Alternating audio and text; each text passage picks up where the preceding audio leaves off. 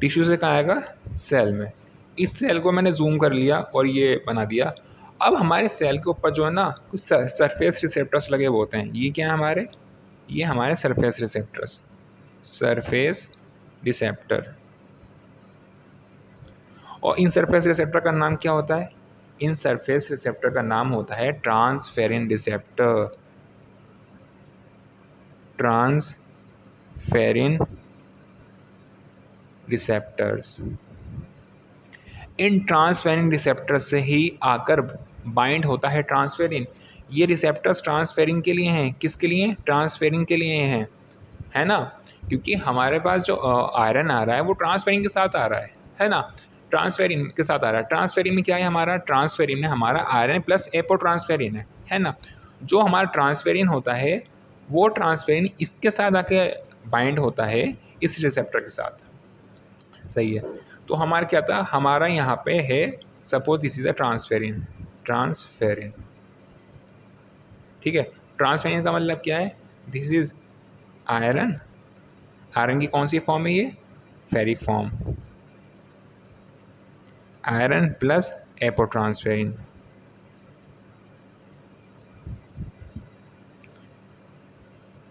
ये क्या है पूरा, दिस इज ट्रांसफेरिन।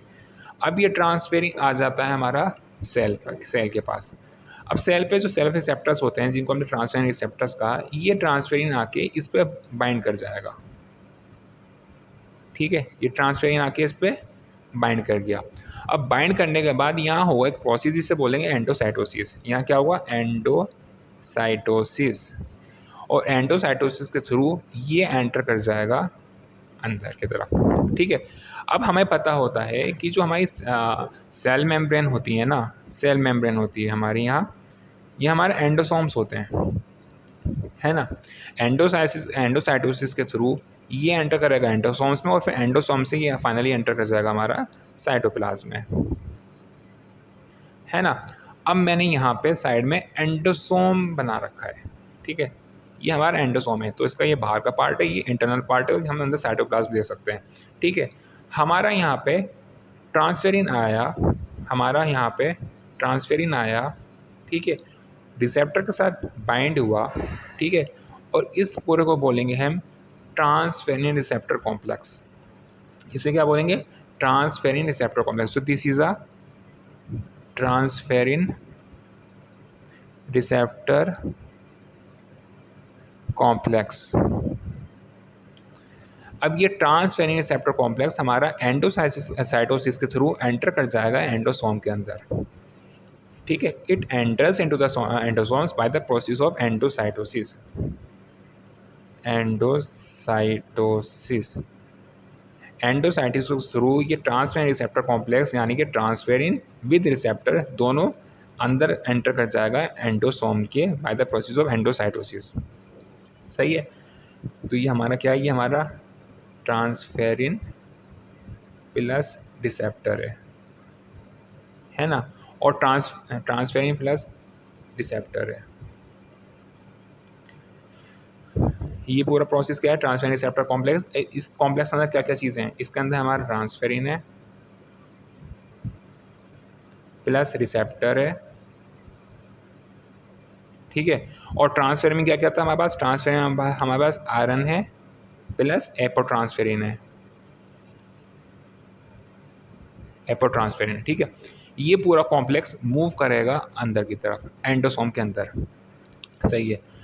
एंडोसोम का जो अंदर का इन्वायरमेंट होता है ना हमारा, वो एसिडिक होता है। ये क्या होता है, एसिडिक होता है, एसिडिक इन्वायरमेंट करता है। तो जब ये पूरा कॉम्प्लेक्स एंटर करता है इसके अंदर,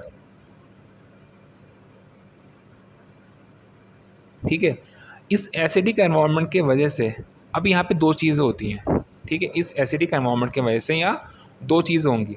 सबसे पहले क्या होगा, सबसे पहले इस एसिडिक एनवायरनमेंट की वजह से हमारा डिसोसिएशन होगा, डिसोसिएशन होगा। किसका डिसोसिएशन होगा, हमारा डिसोसिएशन होगा आयरन का और एपोट्रांसफेरिन का, ठीक है, आयरन का और एपोट्रांसफेरिन का। आयरन अलग हो जाएगा प्लस एपोट्रांसफेरिन हमारा अलग हो जाएगा और वो बाइंड रहेगा रिसेप्टर के साथ। आया समझ में? वो बाइंड रहेगा हमारा रिसेप्टर के साथ। दूसरा क्या होगा, दूसरा स्टेप में ये जो फेरिक फॉर्म थी ये अगेन कन्वर्ट हो जाएगी फेरस फॉर्म में, और ये सब किसके वजह से हुआ, ये इस एंडोसोम के एसिडिक एनवायरनमेंट की वजह से हुआ। एक बार हम फिर से समझते हैं यहाँ पे क्या हुआ। यहाँ पे हमने देखा था कि ट्रांसफेरिन हमारा सेल के ऊपर आया, सेल के पास आया, सेल के ऊपर रिसेप्टर्स होते हैं जिसे ट्रांसफेरिन रिसेप्टर्स बोलते हैं। वो ट्रांसफेरिन हमारा रिसेप्टर के साथ कंबाइंड हुआ और इसने बना लिया ट्रांसफेरिन रिसेप्टर कॉम्प्लेक्स। सही है। अब ये पूरा का पूरा complex bye the process of endocytosis endosome के अंदर एंटर हुआ। जब ये पूरा कॉम्प्लेक्स एंडोसोम के अंदर एंटर हो जाता है तो एंडोसोम का एसिडिक एनवायरनमेंट होता है। ये एसिडिक एनवायरनमेंट इस ट्रांसफेरिन रिसेप्टर कॉम्प्लेक्स पे एक्ट करता है। ठीक है, एक्ट करके ये यहाँ पे दो चीज़ें कराता है। सबसे पहले ये क्या कराएगा, ये कराएगा डिसोसिएशन। सबसे पहले क्या करेगा, ये डिसोसिएशन कर देगा, यानी कि डिसोसिएशन किसका करेगा, ट्रांसफेरिन का डिसोसिएशन करेगा। ट्रांसफेरिन के अंदर हमारा आयरन और एपो ट्रांसफेरिन अलग अलग हो जाएंगे। ठीक है, अलग अलग हो जाएंगे। आयरन अलग हो जाएगा, एपो ट्रांसफेरिन अलग हो जाएगा। एपो ट्रांसफेरिन रिसेप्टर से अभी भी बाइंड है लेकिन आयरन रिलीज हो गया। एपो ट्रांसफेरिन रिसेप्टर से अभी भी बाइंड है लेकिन आयरन रिलीज हो गया। ठीक है, आयरन जैसे ही रिलीज़ हुआ, वो रिलीज़ होते ही आयरन कन्वर्ट हो गया हमारा Fe2+ में, और ये Fe2+ जो कि फेरस फॉर्म है ये फिर एंटर कर जाती है साइटोप्लाज्म के अंदर। तो यहाँ क्या हुआ, यहाँ पे इस एसिडिक एनवायरनमेंट की वजह से डिसोसिएशन हुआ। डिसोसिएशन किसका हुआ, आयरन का प्लस एपोट्रांसफेरिन। और ये एपोट्रांसफेरिन हमारा अभी भी रिसेप्टर से बाइंड है लेकिन यहाँ से आयरन रिलीज हो गया। अब आयरन रिलीज होते ही कन्वर्ट हो जाता है हमारा Fe2+ में, फेरस फॉर्म में, और ये फेरस फॉर्म एंटर करती है फिर साइटोप्लाज्म में, सेल के अंदर। ये फेरस फॉर्म एंटर करती है साइटोप्लाज्म सेल के अंदर, यानी कि सेल के अंदर जो हमारा आयरन आता है वो फेरस फॉर्म वाला आयरन आता है। ठीक है, फेरस फॉर्म आता है आयरन का। आया समझ में यहाँ क्या हुआ? तो थोड़ा समझ आसान है, ज़्यादा मुश्किल नहीं है। एक बार मैं फिर से समराइज़ करता हूँ इसे। ट्रांसफेरिन आया, ट्रांसफेरिन सेल के ऊपर जो रिसेप्टर्स थे हमारे ट्रांसफेरिन रिसेप्टर, उनके साथ बाइंड हुआ और इसने बना लिया ट्रांसफेरिन रिसेप्टर कॉम्प्लेक्स। अब ये पूरा ट्रांसफेरिन रिसेप्टर कॉम्प्लेक्स हमारा, इसको सेल के अंदर पहुंचना है ना, तो ये एंडोसाइटोसिस के थ्रू एंटर करेगा एंडोसोम के अंदर। एंडोसोम का एनवायरनमेंट जो होता है वो एसिडिक होता है। अब इस एसिडिक एनवायरनमेंट की वजह से क्या होगा, इस एसिडिक एनवायरनमेंट की वजह से ट्रांसफेरिन रिसेप्टर कॉम्प्लेक्स में से हमारा आयरन डिसोसिएशन होगा, आयरन अलग हो जाएगा और एपोट्रांसफेरिन अलग हो जाएगा। आयरन अलग हो गया और एपोट्रांसफेरिन अलग हो गया। एपोट्रांसफेरिन अभी भी रिसेप्टर के साथ बाइंड है, ठीक है, और आयरन अपना अलग हो गया। आयरन अलग होते ही आयरन कन्वर्ट हो जाता है फेरिक फॉर्म से फेरस फॉर्म में, इस एसिडिक एनवायरनमेंट की वजह से ही।